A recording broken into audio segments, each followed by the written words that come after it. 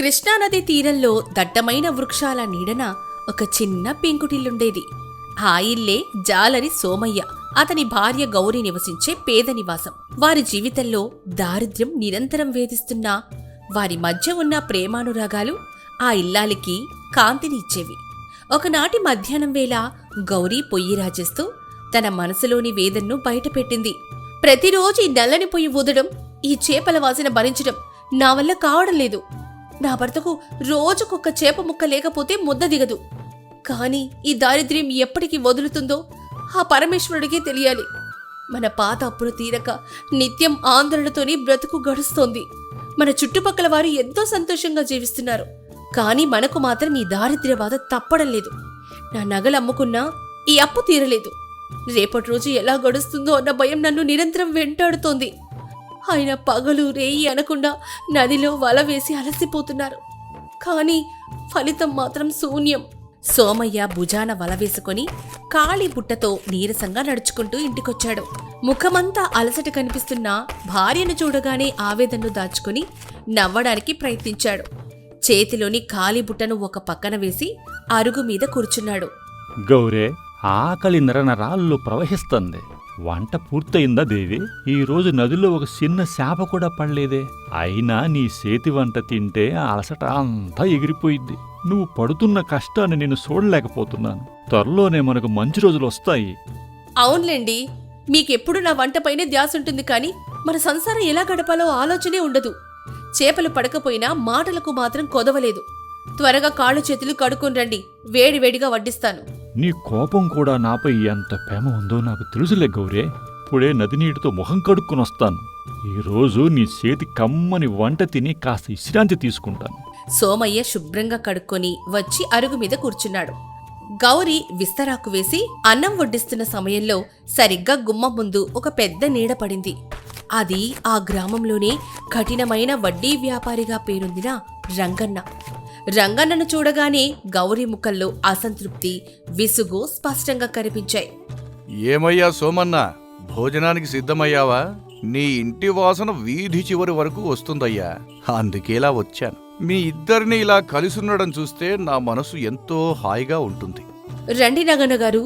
ఏంటి ఈ ఇంత మండుటెండలో మా పేదవారింటికి విచ్చేశారు? అంతా క్షేమమేనా? లేక మళ్ళీ అప్పు వడ్డీ కోసమే వచ్చారా? మా పరిస్థితి మీకు తెలిసి కూడా ప్రతిరోజు ఇలా రావడం ఎంతవరకు న్యాయం? అయ్యో, అదేమిటమ్మా అలా అడుగుతున్నావు? సోమన్నకిచ్చిన అప్పు సంగతి అడగాలనే వచ్చాను. కాని ఇప్పుడు నా ఇల్లేమో చాలా దూరంలో ఉంది. ఈ పూటకు మీ ఇంట్లోనే కాస్త అన్నం పెడితే తిని ప్రశాంతంగా వెళ్తాను. ఈ ఆయనకు ప్రతిరోజు ఇదే అలవాటైపోయింది. అప్పడిగే నెపంతో వచ్చి మా నోటి కడుకోడు లాక్కుని తింటున్నాడు. ఈ వడ్డీ వ్యాపారి పీడ ఎప్పుడు వదులుతుందో ఏంటో అర్థమే కావడం లేదు. అలాగే రంగన్న గారు, కూర్చోండి, విస్తరి వేస్తాను. మా ఇంట్లో ఉన్నది ఈ పేద కూడే. తిని తృప్తిగా వెళ్ళండి. మాకున్న కొద్దిపాటి ఆహారాన్ని కూడా మీకే వడ్డిస్తున్నాము. రంగన్న గారు, దయచేసి కూర్చోండే. మీరు మా ఇంటికి రావడం మా అదృష్టం. మీ రుణం మేము ఎప్పటికీ మరువలేము. మీ దయ వల్లే మేము ఈ మాత్రమైనా బతకగలుగుతున్నాం. భోజనాలు ముగిసిన తర్వాత రంగన్న వెళ్ళిపోయాడు. సోమయ్య మళ్లీ వల పట్టుకుని నది వైపు బయలుదేరడానికి సిద్ధమయ్యాడు. గౌరీ మనసులో నిండిన అసంతృప్తితో భర్తను ఆపి కోపంగా మాట్లాడడం ప్రారంభించింది. ఏవండి, నాకైతే ఈ వ్యవహారం అస్సలు నచ్చట్లేదు. ఆ రంగన్న రోజుకొక సాకుతో వచ్చి మనింట్లోనే తింటున్నాడు.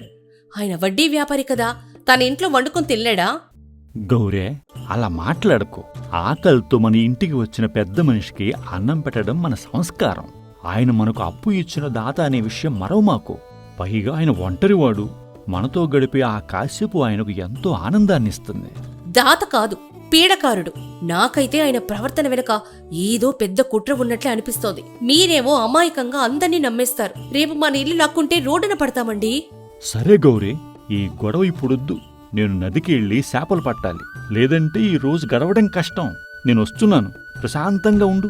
సోమయ్య మనసులో భారంతో నదీ తీరానికి చేరుకుని పడవ ఎక్కి నీటిలోకెళ్లాడు.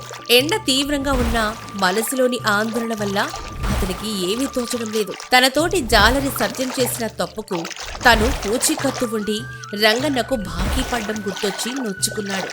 ఇంతలో వలలో ఏదో పెద్ద బరువు తగిలింది. శక్తినంతా ఉపయోగించి లాగగా ఒక భారీ చేప వలలో చిక్కింది. ఓహో, ఇంత పెద్ద శాపం నా జీవితంలో ఎప్పుడు చూడలేదే. భగవంతుడు నా మొర ఆలకించాడు. దీనిని అమ్ముకుంటే రంగన్న అప్పులో కొంతైనా తీర్చవచ్చు. లేదా దీన్ని చూసి గౌరి ఎంతో సంతోషిస్తుంది. ఈ నదీ తల్లి ఈ రోజు నన్ను కరుణించింది. నా కష్టాలన్నీ తీరిపోయే సమయం ఆసన్నమైంది. ఈ రోజు నా అదృష్టం పండినట్లే ఉంది. త్వరలో ఇంటికి వెళ్ళి గౌరికి ఈ శాపను చూపిస్తాను. ఆమె ముఖంలో ఆనందం చూడటమే నా జీవితాశయం. నా శ్రమంతా ఈ రోజుతో ధన్యమైంది. సోమయ్య ఆ పెద్ద చేపను భుజాన వేసుకుని సంతోషంగా ఇంటికి చేరుకున్నాడు. ఆ వింత చేపను చూడ్డానికి గ్రామస్తులు కూడా గుమిగూడారు. ఇల్లు చేరగానే సోమయ్య ఆ ఆనందంతో భార్యను గౌరే, త్వరగా బయటికి రావే. నేను ఈరోజు ఎలాంటి అద్భుతమైన చేపను తెచ్చానో చూడు. మన కష్టాలన్నీ తీరిపోయే రోజులు వచ్చాయనుకుంటా. దీని విలువ చాలా ఎక్కువగా ఉంటుందే. అయ్యో, నిజంగానే ఎంత పెద్ద చేపిది! నా కళ్ళు నమ్మలేకపోతున్నాను. దీనిని చూస్తే నా మనసులోని భయాలన్నీ తొలగిపోతున్నాయి. మనకు మంచి రోజులొచ్చాయి. అదే సమయానికి రంగన్న మళ్ళీ ఆ దారి గుండా వెళ్తూ సోమయ్య ఇంటి ముందు గుంపును చూసి లోపలికొచ్చాడు. ఆ పెద్ద చేపను చూసి అతను ఎంతో ఆశ్చర్యపోయాడు. ఓహో, సోమయ్య, ఎంత పెద్ద చేప తెచ్చావయ్యా! నీ కష్టానికి తగిన ప్రతిఫలం దక్కిందిరా. చాలా సంతోషంగా ఉంది. ఈ రోజు నీ ఇల్లు ఆనందంతో నిండిపోవాలి. చూసారా, మళ్ళీ వచ్చేసరినా చేప వాసన తగిలిందో లేదో వెంటనే ఇక్కడికి వాలిపోయారు. గౌర్యా, నోరుముయ్. పెద్దోరితో మాట్లాడే పద్ధతి ఇదేనా? ఏంటైనా లోపలికెళ్ళు. అనవసరంగా మాట్లాడి మర్యాద పోగొట్టుకోమాకు. నేనెందుకు లోపలికెళ్ళాలి? రంగన్న గారు, మీకసలు ఆత్మగౌరవం లేదా? రోజుకొక నాటకం ఆడుతూ మా ఇంటి కూడు తినడానికి సిగ్గనిపించట్లేదా? మీ ఆస్తులు మీ అంతస్తులు ఎందుకు? మా పేదవారి అన్నంపై మీకింత ఆశెందుకు? అప్పడిగే నెపంతో వచ్చి ప్రతిరోజు మా వంట తినెళ్తున్నారు. ఈరోజు పెద్ద చేప పడిందని తెలిసి మళ్ళీ ఇక్కడికే వచ్చారా? ఈ స్వార్థానికి అసలు హద్దే లేదా? మీ ముఖం చూడ్డమే మాకిష్టం లేదు. వద్దు సోమయ్య, ఆమెను ఏమీ అనకు. గౌరీ చెప్పిన దాంట్లో తప్పేమీ లేదు. నేను నిజంగానే మీ ఇంటికి రాకూడదు. నా వల్ల మీ ఇద్దరి మధ్య ప్రశాంతత పాడవుతుంది. నన్ను క్షమించమ్మా గౌరీ. ఇకపై నేను మీ ఇంటి వైపు కన్నెత్తి కూడా చూడను. మీ అప్పు గురించి కూడా నేను ఎప్పుడూ అడగను. నన్ను క్షమించు సోమయ్య. నా వల్ల మీ ప్రశాంతత పాడయ్యింది. నేనిక సెలవు తీసుకుంటాను. రంగన్న కన్నీళ్లతో గుండె పగిలినట్లు ఏడుస్తూ అక్కడ్నుంచి వెళ్ళిపోయాడు. సోమయ్య గుండె బరువెక్కింది. అతను తీవ్రమైన కోపంతో కళ్లల్లో కన్నీళ్లతో గౌరీ వైపు చూశాడు. ఏమిటండి అలా చూస్తున్నారు? నేనన్న దాంట్లో తప్పేముంది? ఆయన వడ్డీ వ్యాపారి కదా, మనల్ని పీల్చి పిప్పి చేస్తున్నాడు. ఆ మాత్రం అనకపోతే ఎలా? గౌరే, నువ్వు ఎంత పెద్ద తప్పు చేశావో నీకు తెలియడం లేదే. ఆ రంగన్న ఎవరూ కాదు, నా చిన్ననాటి ఆప్తమిత్రుడు. ఏంటి, మీ స్నేహితుడా? మరి మీరెప్పుడు నాకు ఈ విషయం చెప్పలేదే? ఆయన తండ్రి మరణానికి మీ నాన్నగారే కారణమా? చెప్పే సమయం రాలేదు గౌరీ. మా చిన్నతనంలో మా నాన్న చేసిన ఒక చిన్న తప్పు వల్ల రంగన్న తండ్రి ప్రమాదవశాత్తు మరణించాడు. ఆ రోజు నుండి రంగన్నకు ఈ లోకంలో ఎవరూ లేకుండా పోయారు. ఒంటరివాడయ్యాడు పాపం. మా నాన్న చేసిన తప్పుకు ప్రాయశ్చిత్తంగా నేను అతనికి తోడుగా ఉండాల్సింది. కాని నేను పేదరికం వల్ల ఏమీ చేయలేకపోయానే. అయినా రంగన్న నాపై ఎప్పుడూ పగ పెంచుకోలేదు. నన్ను తన సొంత తమ్ముళ్లాగా భావించాడు. అయితే ఆయన మీ దగ్గర వడ్డీ వసూలు చేయడమేంటి? మిమ్మల్ని అప్పు కోసం వేధించడమేంటి? నాకు ఈ నిజం ఎందుకు ముందే చెప్పలేదు? అదే నీకు తెలియని నిజం గౌరే. ఆయన వడ్డీ వసూలు చేయడానికి రాడు. వడ్డీ అనేది ఒక సాకు మాత్రమే. మమ్మల్ని ఒక కుటుంబంగా భావించి మాతో గడపటానికి వస్తాడు. ఆయన తలుచుకుంటే ఎప్పుడో మన ఇల్లు లాక్కునేవాడు. ఎందుకంటే మనం బాకీ పడ్డాం. కానీ ఆయన అలా చేయలేదు. మనతో కలిసి తింటే మన కుటుంబంతో తిన్నట్టుంటుందని వస్తాడు. ఆయన ఆత్మగౌరవాన్ని నువ్వు ఈరోజు దెబ్బతీశావు. నువ్వు ఎన్నిసార్లు వ్యంగ్యంగా మాట్లాడినా ఆయన చిరునవ్వుతో భరించాడు. ఎందుకంటే ఆయన మనల్ని తన సొంత మనుషుల్లాగా భావిస్తున్నాడు. కానీ ఈరోజు నువ్వు ఒక అనాథను మళ్లీ ఒంటరిని చేశావు. సోమయ్య మాటలు విన్న గౌరీ గుండె ఒక్కసారిగా ఆగిపోయినట్లయింది. ఆమె కళ్ళ నుంచి కన్నీళ్లు నదిలా ప్రవహించాయి. తాను చేసిన తప్పు ఎంత పెద్దదో ఆమెకు అర్థమైంది. తీవ్రమైన పశ్చాత్తాపంతో ఆమె గుండె చెరువైంది. అయ్యయ్యో, నేనెంత పాపం చేశాను! ఒక అనాథైన మంచి మనసున్న మనిషిని ఇంతగా బాధించానా? నన్ను క్షమించండి. నా నోటి దురుసుతనానికి తగిన ప్రాయశ్చిత్తమే లేదు. నేను తెలియక చాలా పెద్ద తప్పు చేశాను. ఆ రంగన్న అన్నయ్యను నేను ఎలాగైనా తిరిగి మన ఇంటికి తీసుకొస్తాను. నా చేతులతో వండి పెడతాను. నా కళ్ళు కప్పేసిన ఈ స్వార్థం వల్ల ఒక దేవుడి లాంటి మనిషిని దూరం చేసుకున్నాను. పద గౌరీ, మనం ఇప్పుడే రంగన్ని ఇంటికెళదాం. ఆయనను క్షమాపణ కోరి మన ఇంటికి తీసుకువద్దాం. ఈ పెద్ద శాపతో కమ్మని వంట చేసి ఆయనకు వడ్డిద్దాం. మన తప్పును సరిదిద్దుకుందాం. ఇద్దరు కలిసి పరుగు పరుగున రంగన్న ఇంటి వైపు వెళ్లారు. కాని అక్కడ ఇల్లు తాళం వేసుంది. గుమ్మం ముందు ఒక లేఖ, అలాగే సోమయ్య రాసిచ్చిన అప్పు పత్రాలు చింపేసున్నాయి. ఆ లేఖను చూసి సోమయ్య వణుకుతున్న చేతులతో చదవడం ప్రారంభించాడు. గౌరీ, చూడు, ఇక్కడ రంగన్న రాసిన లేఖ ఉంది. నా గుండె ఆగిపోయేలా ఉంది. ఇందులో ఏం రాశాడో విను. ప్రియమైన సోమన్నకు, నీ భార్య గౌరీ అన్న మాటలు నిజమే. నేను మీ ఇంట్లో తిండి కోసం ఆశపడి రాలేదు. నాకంటూ ఈ లోకంలో ఎవరూ లేరు.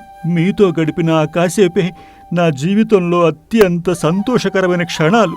కానీ నా ఉనికి మీ ఇద్దరి మధ్య కలహాలు కారణమవుతుందని నేను ఊహించలేదు. అందుకే నేను ఈ గ్రామాన్ని, నా ఆస్తులను వదిలి ఎటో సుదూర ప్రాంతానికి వెళ్ళిపోతున్నాను. నీ అప్పు పత్రాలను చించేస్తున్నాను. నువ్వు ఎవరికీ బాకీ లేవు. నన్ను క్షమించు సోమన్నా. వద్దు రంగన్నయ్య, మమ్మల్ని వదిలి వెళ్ళకండి. నేను చేసిన తప్పుకు నన్ను క్షమించండి. నేను మీ పాదాలు పట్టుకుంటాను. తిరిగి వచ్చేయండి. ఈ ఆస్తి, ఈ అప్పు పత్రాలు మాకేమీ వద్దు. మీ స్నేహమే మాకు కావాలి.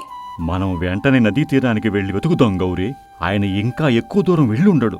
నా ప్రాణ స్నేహితుణ్ణి నేను ఇలా కోల్పోలేను. నా గుండె పగిలిపోతోంది. త్వరగా నడు, ఆలస్యం చేయవద్దు. సోమయ్య, గౌరీ గ్రామం మొత్తం వెతికారు. నదీ తీరంలో, అడవి మార్గంలో ఎక్కడా రంగన్న ఆనవాళ్లే కనిపించలేదు.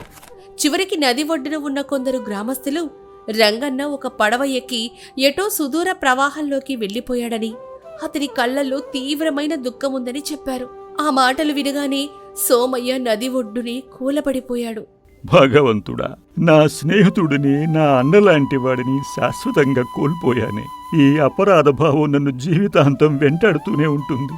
ఈ అప్పు పత్రాలు, ఈ ఆస్తి నాకు వద్దు. నా మిత్రుడు నాకు కావాలి. ఆయన లేని ఈ జీవితం నాకు శూన్యంగా అనిపిస్తోంది. నా నోటి దురుసుతనం వల్ల ఎంతటి ఘోరం జరిగిపోయింది. ఒక పవిత్రమైన స్నేహాన్ని, నిష్కల్మషమైన ప్రేమాభిమానాలను నేను నా స్వార్థంతో బలి తీసుకున్నాను. ఈ పాపానికి నాకు ప్రాయశ్చిత్తమే లేదు. నన్ను నేనే క్షమించుకోలేకపోతున్నాను. గౌరే, ఇక ఏడ్చి లాభం లేదు. ఆయనను మనం తిరిగి తేలేము. ఆ నిష్కల్మషమైన ఆత్మకు మనం చేసిన గాయం ఎన్నటికీ మానదు. మనం జీవితాంతం ఈ పశ్చాత్తాపపు మంటల్లో కాలాల్సిందే. ఈ ఏదన మనకు తప్పదు. నిజమేనండి. ఈ పెద్ద చేప, ఈ సంపద అన్నీ ఇప్పుడు మనకు శవాలలా కనిపిస్తున్నాయి. మనం చేసిన తప్పుకు శిక్షగా ఈ నిశ్శబ్ద నది తీరంలో నిరంతర వేదనతో బ్రతకడమే మనకు మిగిలింది. దేవుడు మనకిచ్చిన అదృష్టాన్ని మనమే చేజేతిలో పోగొట్టుకున్నాము. అవును గౌరీ, ఆత్మీయులు లేని సంపద అడవి కాచిన వెన్నెల వంటిది. రంగన్న జ్ఞాపకాలు ఈ నదీ తరంగాల రూపంలో నన్ను నిత్యం ఏదిస్తానే ఉంటాయి. మనం చేసిన పాపానికి ఈ ప్రాయశ్చిత్తమే శిక్ష. నేను ఆ భగవంతుణ్ణి ప్రతిరోజు ప్రార్థిస్తాను. రంగన్న అన్నయ్య ఎక్కడున్నా క్షేమంగా ఉండాలని కోరుకుంటాను. నా నోటి దురుసుతనానికి తగిన ప్రాయశ్చిత్తం చేసుకుంటూ ఈ జీవితాన్ని గడుపుతాను. ఆ రోజు నుంచి సోమయ్య ఇల్లు నిశ్శబ్దంగా మారిపోయింది. వారింట్లో మళ్లీ ఎప్పుడూ నవ్వులే వినపడలేదు. రంగన్న జ్ఞాపకాలతో, పశ్చాత్తాపంతో ఆ దంపతులు నిరంతరం దుఃఖిస్తూనే ఉన్నారు. నోటి దురుసుతనం ఎంతటి అనర్థాన్ని తెస్తుందో ఆ దంపతులకు జీవితాంతం గుర్తుండిపోయేలా ఆ నదీ తీరంలో వారి బ్రతుకు సాగింది. నోటి నుండి వచ్చే మాటలు చాలా జాగ్రత్తగా వాడాలి. ఒక్క అనాలోచిత మాట నిష్కల్మషమైన బంధాలను, స్నేహాన్ని శాశ్వతంగా దూరం చేస్తుంది. కోల్పోయిన బంధాలు మరియు ఆత్మీయులు ఎంత సంపద ఇచ్చినా తిరిగి. ఒక ఊరిలో అతిపెద్ద వడ్డీ వ్యాపారి జగ్గయ్య గారి పెద్ద పెంకుటుంటి గుమ్మం ముందు ఒక అత్యంత పేదవాడు రామయ్య చేతులు కట్టుకుని వణుకుతూ నిలబడి ఉన్నాడు. రామయ్య ముఖంలో పేదరికం, కడుపు నిండా ఆకలి, కళ్లల్లో ఏదో తెలియని భయం కొట్టొచ్చినట్లు కనిపిస్తున్నాయి. అయ్యా జగ్గయ్య గారు, దేవుడు లాంటి వారయ్యా మీరు. నా ఇంట్లో పూట గడవటం లేదయ్యా. పొయ్యి వెలగక వారం రోజులవుతోంది. నా పెళ్ళాం నేను 2 రోజులుగా పచ్చి మంచినీళ్లతోనే కడుపు నింపుకుంటున్నామయ్యా. ఆకలితో పేగులు కాలిపోతున్నాయ్యా. మీ పొలంలో గాని, మీ పెద్ద హోటల్లో గాని గిన్నెలు కడుక్కోవడానికో, కట్టెలు కొట్టడానికో ఏదైనా చిన్న కూలి పని ఇప్పించండి అయ్యా. మీ కాళ్ళు పట్టుకుంటాను. ఈ పేదవాడిని కనికరించండి అయ్యా. ఏమిట్రా రాము, నీకు నా హోటల్లో పని కావాలా? నీ బక్క ప్రాణం చూస్తుంటే ఒక బస్తా బియ్యం మోసే సత్తువ కూడా ఉన్నట్టు లేదు. నా హోటల్లో పని చేయాలంటే నా దర్జాకు తగ్గట్టు ఉండాలి. నీలాంటి దరిద్రులు, మురికి బట్టల వాళ్ళు నా హోటల్లో పనికిరారురా. నీ కంపు కొట్టే బట్టలు చూసి ఊరు జనాలు నా హోటల్కి రావటం మానేస్తారు. వ్యాపారం మూలబడాలా ఏంటి? ఇక్కడ నీకు ఎలాంటి పని లేదు. వెళ్ళి బజారులో అడుక్కోపో. అలా అనకండయ్యా, కడుపులో ఆకలి మంట దహించి వేస్తోందయ్యా. నాకు పని చేయడానికి చేవ ఉందయ్యా. కాలు కాలిన పిల్లిలా పనిచేస్తానయ్యా. నా భార్య సీతమ్మ ఆకలికి అల్లాడిపోయి కళ్ళు తిరిగి పడిపోయిందయ్యా. ఒకే ఒక్కరోజు పని ఇవ్వండయ్యా. నా కష్టం చూసి రేపు మీరే ఉంచుకుంటారు.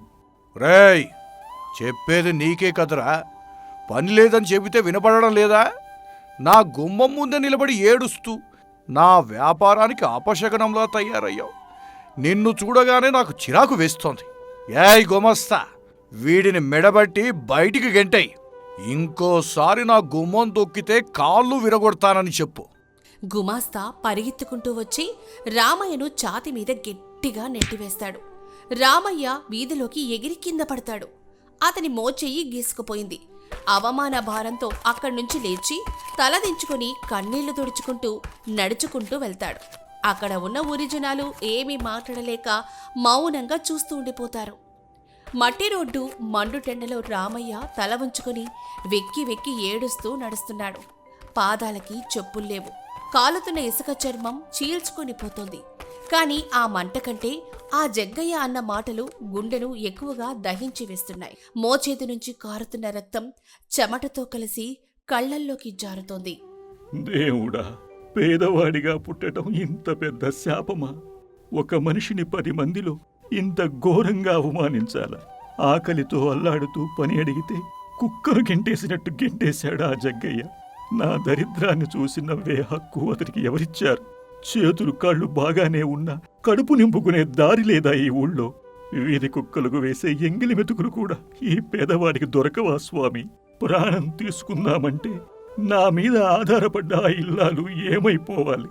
2 రోజులుగా పస్తులున్న నా సీతమ్మ ముఖం ఇప్పుడు ఎలా చూడాలి? ఖాళీ చేతులతో వెళితే నా సీతమ్మ ప్రాణం నిలబడుతుందా? నేనొక చేతగాని వాడిని దేవుడా. నా భార్యకు ఒక పూట అన్నం కూడా పెట్టలేని దౌర్భాగ్యుడిని నేను.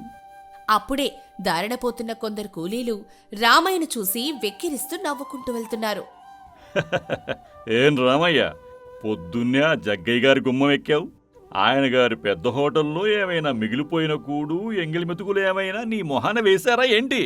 బతికిపోయినావులే. అంతేలేరా, చెమటోడ్చి కష్టపడి పనిచేసే బదులు ఇలాంటి దొరలకాళ్ళు పట్టుకుంటే కాస్త ఎంగిలి మెతుకులైనా రాలుతాయి. అడుక్కు తినే బతుకుకి ఆత్మాభిమానం ఎందుకులే? రామయ్యకు విపరీతమైన కోపం, బాధ ఒకేసారి వచ్చినా తన పేదరికం ముందు ఏమీ మాట్లాడలేక చేతులు పిసుక్కుంటూ మౌనంగా ఏడుస్తూ ఇంటికి చేరుకున్నాడు. రామయ్య భార్య సీతమ్మ నీరసంగా ఒక మూల గోడకి ఆనుకొని కూర్చునుంది. ఆమె ముఖం పాలిపోయి కళ్ళు లోపలికి గుంతలు పడి ఉన్నాయి. వణుకుతున్న పెదాలతో రామయ్యను చూడగానే ఆమె కళ్లల్లో ఏదైనా తెచ్చాడేమో అన్న ఆశ మెరిసింది. కాని అతని చేతులు రక్తపు మరకలు ఉన్న బట్టలు చూసి ఆ ఆశ ఆవిరైంది. ఏవండి, జగ్గయ్య గారి దగ్గర పని దొరికిందా? కడుపులో ఆకలి మంట పేగుల్ని కోసేస్తోందండి. కళ్ళు బయలుగమ్మి ప్రాణం గాల్లో కలిసిపోయేలా ఉందండి. పిడికెడు గింజలు, కనీసం కాసంత గంజి నీళ్ళేమైనా తెచ్చారా? నన్ను క్షమించు సీతమ్మ. నన్ను ఏ ముక్కలు చేసినా చంపినా తక్కువే సీత. నీకు ఒక ముద్ద అన్నం పెట్టలేని దౌర్భాగ్యుడిని నేను. ఆ జగ్గయ్య నా ఆకల్ని చూసి వెక్కిరించి గెంటేశాడే సీత. 10 మందిలో కుక్కను కొట్టినట్టు కొట్టించాడే. నేల మీద పడి నెత్తురు కారుతున్నా ఎవరికీ జాలి కలగలేదే. నా వల్ల కాదు సీత. నా బతుకు ఎందుకిలా ఏడుస్తుంది? నా చేతకానితనాన్ని చూసి నాకే ఉరి వేసుకోవాలనిపిస్తోంది. నిన్ను ఈ దరిద్రంలో బలి చేశానే. ఈ పస్తులు నా వల్ల కావడం లేదు. నిన్ను ఇలా చూస్తుంటే నా ప్రాణం పోతోందే సీత. అలా అనకండి. మీరేడిస్తే నేను తట్టుకోలేను. ఆ జగ్గయ్యకు డబ్బు మదం. వాడికి పేదవాడి ఆకలి మంట తెలీదు. వాడి మాటలు మీరు మనసుకు తీసుకోకండి. మీరు నా పక్కనుంటే నాకు ఏ ఆకలి అనిపించదు. దేవుడు ఏదో ఒక దారి చూపించకపోడు. మీరు కుంగిపోతే నేను బ్రతకలేనండి. ఒక పూట పస్తుంటే ప్రాణాలేం పోవండి. మీ ఆత్మగౌరవమే నాకు ముఖ్యం. రామయ్య మౌనంగా గుడిసెలో నుంచి బయటకొచ్చి పిచ్చివాడిలో నడుచుకుంటూ ఊరి చివర ఉన్న చెరువు దగ్గరికి వెళ్ళాడు. ఆ చెరువుకు ఆనుకునే ఒక పెద్ద కాలువ పారుతోంది. ఆ కాలువ పక్కన ఒక పెద్ద చెట్టు, దాని కింద కూలబడ్డాడు. ఆ కాలువ పక్కన ఒక పాత పూరి గుడిసె ఉంది. ఎండకు రామయ్యకు విపరీతమైన దాహం వేసింది. గొంతు పిడిచకట్టుకుపోతోంది. గొంతు ఎండుకుపోతుంది. ఆ గుడిసెలో ఏమైనా చుక్క నీళ్లు దొరుకుతాయేమో అడుగుతాను. రామయ్య గుడిసె వాకిట్లోకి వెళ్లి పిలిచాడు. అమ్మా, లోపల ఎవరైనా ఉన్నారా? కాసిన్ని నీళ్లు పోయిండమ్మా. గుడిసె లోపల్నుంచి నడుము వంగిపోయి చేతికర్ర పట్టుకొని ఒక ముసలమ్మ బయటకొచ్చింది. ఆమె పేరు సూరమ్మ అవ్వ. ముఖంలో ఎంతో ప్రశాంతత ఉన్నా కళ్లల్లో తీరని బాధ కనిపిస్తోంది. ఎవరయ్యా నువ్వు? ఎండకు ఎండుకుపోయున్నావు. ఇలారా, ఇక్కడ అరుగు మీద కూర్చోనాయనా, నీళ్లు తెస్తాను. అవ్వ లోపలికి వెళ్లి ఒక పాత మట్టి ముంతలో చల్లటి నీళ్లు తీసుకొచ్చి ఇచ్చింది. రామయ్య ఒక్కసారిగా నీళ్లు తాగి దాహం తీర్చుకున్నాడు. నీ రుణం ఎలా తీర్చుకోను అవ్వా? ప్రాణం పోయేలా ఉన్న నాకు చల్లటి నీళ్లు ఇచ్చావు. ఇంతకీ నువ్వు ఒంటరిగా ఈ కాలువగట్టున ఉన్న ఈ పాడుపడిన గుడిసెలో ఉంటున్నావేంటవ్వా? నా బతుకు ఒక ఎండిపోయిన చెట్టు లాంటిది నాయనా. నాకంటూ ఎవరూ లేరు. ఒకప్పుడు నేను ఈ కాలువ పక్కనే ఒక చిన్న గుడిసెలో హోటల్ నడిపేదాన్ని. అప్పుడు ఈ గుడిసెలో పొయ్యి మండుతుంటే ఊరంతా గుమగుమలాడేది. నా చేత్తో రుబ్బుకున్న ఇడ్లీలు, నేను పోసే వేడి వేడి దోశలంటే జనాలు ఎగబడి తినేవారు. ఎవరైనా పేదవాళ్ళొస్తే డబ్బులు లేకపోయినా కడుపు నిండా పెట్టేదాన్ని. కాని ఆ జగ్గయ్యగాడు ఊరి మధ్యలో పెద్ద హోటల్ పెట్టాడు. ఆ జగ్గయ్య గారా? పొద్దున నన్ను కొట్టి గెంటేసిన జగ్గయ్యేనా? అవును నాయనా, వాడి హోటల్ పెరిగాకే నా గుడిసె హోటల్ మీద వాడి రాబందు కన్నుబడింది. నేను చేస్తున్న ఇడ్లీ పిండి, దోశల పిండి పాతబడిపోయినవి, కుళ్ళిపోయినవని జనాలకు పెడుతున్నానని ఊరంతా లేనిపోని అబద్ధాలు పుట్టించాడు. ఈ ముసలిదాని హోటల్కి వెళ్ళొద్దని జనాల్ని బెదిరించాడు. నా చేతి వంట తిని బ్రతికిన ఊరి జనమే వాడి భయానికి నన్ను అసహించుకుని వెళ్తుంటే ఎన్ని రాత్రులు రక్తం కన్నీరుగా ఏడ్చానో ఆ పైవాడికే ఎరుక. ఇప్పుడు నా పొయ్యిలో బూడిద కూడా లేదు నాయనా. వ్యాపారం లేక ఈ గుడిసెకే పరిమితమయ్యాను. చావు కూడా రావట్లేదు నాయనా. పూట గడవడమే కష్టంగా ఉంది. రామయ్యకు అవ్వ మాటలు వింటుంటే రక్తం మరిగిపోయింది. తనను పనిలేదని అవమానించిన జగ్గయ్యే ఈ ముసలి అవ్వ బతుకును కూడా నాశనం చేశాడని తెలిసి కసి పెరిగిపోయింది. అప్పుడే రామయ్యకు ఒక అద్భుతమైన ఆలోచన వచ్చింది. అవ్వా, ఏడవకవ్వా. నీ గుడిసె హోటలు మూతపడినా నీ చేతి రుచి చచ్చిపోలేదు కదా అవ్వా. నాకు ఇప్పుడు ఒక అద్భుతమైన ఆలోచన వచ్చింది. ఈ కాలువలో నీ గుడిసె వెనకాలే పారుతున్న ఆ నీళ్లలో మనం కొత్త హోటల్ పెడదాం అవ్వా. కాలవలోనా? అదేమిటి నాయనా? నాకు ఆకలికే దిక్కులేదు, మళ్ళీ హోటల్ ఏంట్రా? నా వల్ల ఎక్కడవుతుంది నాయనా? అవును అవ్వా, నీళ్లలో తేలే పడవ మీద హోటల్ నిర్మిస్తాను నేను. నువ్వు నా భార్య సీతమ్మకు నీ చేతి వంటలు నేర్పించు అవ్వా. నీ సాయం మా కష్టం తోడైతే మళ్ళీ ఆ జగ్గయ్యగాడి అహంకారం అణిచివేస్తామవ్వా. వచ్చిన లాభంలో ఇద్దరం చెరుసగం పంచుకుందాం. ఏమంటావవ్వా? నాకేం శాతనవుతుందిరా ఈ వయసులో? అయినా నా మీద వాడికి చాలా పగుంది. మళ్ళీ మనల్ని బ్రతకనివ్వడురా. వాడికి నా మీద కూడా పగ ఉంది అవ్వా. నన్ను ఈ రోజు దారుణంగా అవమానించాడు. వాడి మీద మనం గెలవాలంటే ఇదే సరైన దారి. నువ్వు ఒప్పుకో అవ్వా. నేను అన్ని చూసుకుంటాను. నీకు చేదోడు వాదోడుగా నా భార్యను తోడు తెస్తాను. సరేరా నాయనా, నీ నమ్మకం చూస్తుంటే నాకు చచ్చిపోయిన ప్రాణం మళ్ళీ లేచొస్తోందిరా. ఆ జగ్గయ్య పొగరనగాలంటే మనం బతికి చూపించాలి. నేను సీతమ్మకి అన్నీ నేర్పిస్తాను. రామయ్య ఉత్సాహంగా ఇంటికి పరిగెత్తుకుంటూ వెళ్ళాడు. సీతమ్మకు అన్ని పూసగుచ్చినట్లు చెప్పాడు. మరుసటి రోజు నుంచి రామయ్య తన భుజబలంతో పగలు రాత్రి కష్టపడి అడవి నుంచి పెద్ద పెద్ద వెదురు బొంగులు, తాటాకులు నరికి తెచ్చాడు. ఆ వెదురు బొంగులను ఒకదానికొకటి గట్టిగా కట్టి కాలవలో నీళ్ల మీద తేలి ఒక అద్భుతమైన పెద్ద పడవను నిర్మించాడు. ఆ పడవ మీదే వంట చేసుకోవడానికి ఒక మట్టి పొయ్యి, జనాలు కూర్చొని తినడానికి వీలుగా ఒక అందమైన తాటాకుల పాకలాంటి హోటల్ నిర్మించాడు. అవ్వ సీతమ్మకు వంటింట్లో మెలకువలు నేర్పించింది. 10 రోజులు గడిచాయి. కాలువలో నీళ్ల మీద తేలుతున్న ఆ పడవ హోటల్ చూసి ఊరి జనాలు ఆశ్చర్యపోయారు. సూరమ్మవ్వ చేతి రుచికి, సీతమ్మ మట్టి పొయ్యి మీద చేసే వంటకాల సువాసనలకి కాలువ దగ్గరకు జనాలు వరుసగా నిల్చున్నారు. ఆ పచ్చని ప్రకృతిలో చల్లటి గాలికి పడవ మీద కూర్చొని వేడి వేడి ఇడ్లీలు, అన్నం, తాజా చేపల కూర తింటుంటే జనాలకు అమృతం తాగినట్లు అనిపించింది. రామయ్య పడవలో నిలబడి అందరికీ ఎంతో మర్యాదగా వడ్డిస్తున్నాడు. పక్క ఊళ్ళ నుంచి కూడా జనాలు రావడం మొదలుపెట్టారు. కొన్ని రోజుల్లోనే జగ్గయ్య హోటల్ వెలవెలబోయింది. జగ్గయ్యకి పిచ్చెక్కినంత పనైంది. ఏమిట్రా ఇది? నిన్నగాక మొన్న వచ్చిన ఆ బిచ్చగాడి పడవ హోటల్కి జనాలు ఎగబడుతున్నారేమిటి? నా హోటల్ ఎందుకిలా ఖాళీగా ఉంది? ఆ పడవ హోటల్లో ఏముందిరా అంత రుచి? అయ్యా, ఆ అవసేటి వంటకి, ఆ నీళ్ల మీద పచ్చని ప్రకృతిలో కూర్చుని తినే అనుభవానికి జనాలు బాగా అలవాటు పడిపోయారు. వాళ్ళ మర్యాదకు జనాలు పడిపోయారు. మనం ఏమీ చేయలేమయ్యా. ఒక సాయంత్రం పడవ హోటల్ మీద రామయ్య, సీతమ్మ, సూరమ్మవ్వ ముగ్గురు కూర్చొనున్నారు. రామయ్య ముందు ఒక డబ్బా నిండా డబ్బులున్నాయి. రామయ్య ముఖంలో ఎనలేని ఆనందం, సీతమ్మ ముఖంలో కలకలలాడుతున్న నవ్వు.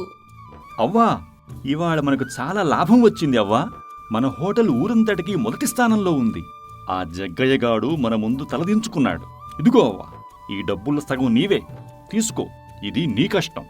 రామయ్య సగం డబ్బులు అవ్వ చేతులు పెడుతుంటే అవ్వ ఆ డబ్బులను వెనక్కి నెట్టేసింది. ఆమె కళ్ళల్లో నీళ్లు తిరుగుతున్నాయి. నాకెందుకు నాయనా ఈ డబ్బులు?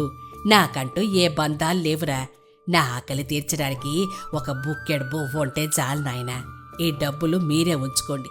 రేపు మీ పిల్లల భవిష్యత్తుకు పనికొస్తాయి. నా శేష జీవితం ఆ పాడుపడిన గుడిసెలోనే గడిపేస్తాను. అలా అనకవ్వా. ఈరోజు మేము కడుపు నిండా తింటున్నామంటే, 10 మందిలో తలెత్తుకొని బ్రతుకుతున్నామంటే దానికి కారణం నువ్వే. నిన్ను ఒంటరిగా వదిలేయలేమవ్వా. నీకు మేమున్నాం కదా. అవ్వా, నువ్వు లేకుండా మేము ఈ హోటల్ నడపలేము. ఈ వయసులో నువ్వు ఆ ఒంటరి గుడిసెలో ఆ చీకటి గదిలో పడుకున్నావని తలుచుకుంటే నా గుండె తరుక్కుపోతోంది. ఏ రోగం రొప్పో వస్తే నిన్ను చూసుకునేది ఎవరు?